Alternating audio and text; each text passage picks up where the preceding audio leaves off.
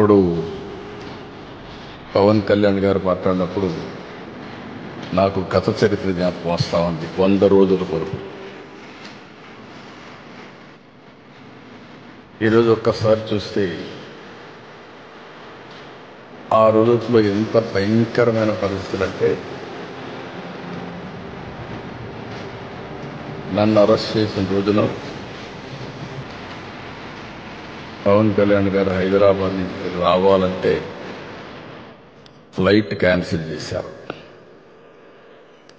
ఎంత పట్టుదల ఉంటుందంటే, ఫ్లైట్ మీరు క్యాన్సిల్ చేస్తే నేను పోలేనా అని చెప్పి నేరుగా బై రోడ్లో వస్తే నందిగామలో మొత్తం రోడ్డు అంతా బ్లాక్ చేస్తే, పక్కన తిరిగినా రానియకుండా చేస్తే రోడ్డు మీదనే పడుకొని ధర్నా చేశారు. మామూలుగా సినిమా వాళ్ళు ఇవన్నీ చేయదు. సినిమా వాళ్ళు ఏదైనా చేస్తే షూటింగ్లు చేస్తారు తప్ప నిజ జీవితంలో చేయరు. అలాంటి నిజ జీవితంలో పోరాట యోధుడిగా నిలబడ్డ మిత్రుడు పవన్ కళ్యాణ్ గారు.